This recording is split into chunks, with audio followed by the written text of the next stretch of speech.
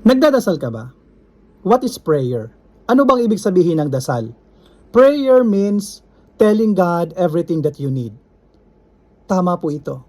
Pero, hindi dapat naiiwan doon o natatapos doon. Because after telling God everything that we need, ito lamang po yung mga litanya natin sa Diyos. Pagkatapos nito, dapat may kasunod pa ito na, Lord, ito po yung mga kailangan ko, ibigay mo man ito o hindi, mananatili pa rin akong naniniwala sa iyo and I surrender everything to you. And that is faith, that is prayer.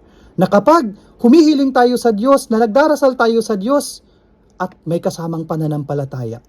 Dahil dinidinig ng Diyos ang ating mga panalangin. Ito ang kahinaan ng Diyos, panalangin. Kaya nga huwag na huwag mong kakalimutang manalangin araw-araw. May kailangan ka man o wala.